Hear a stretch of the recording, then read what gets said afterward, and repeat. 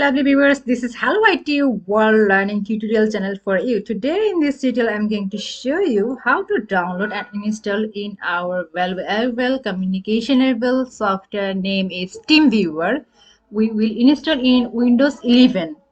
So for this case, first of all, we have to download the TeamViewer. Go to the TeamViewer download. We will go to the official website here. For Windows we will install that, so we will click the Windows.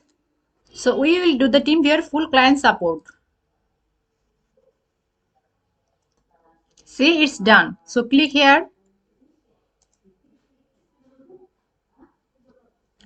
default installation, accept and next. Yes,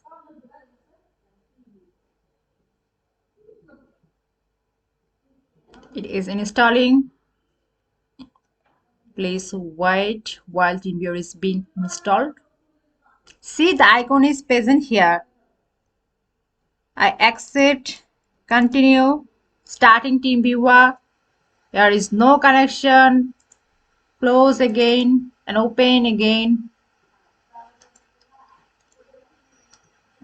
See, here is our ID, and if you want to attend the meeting, so we have to press the session code or ID, others ID code, and it is our ID.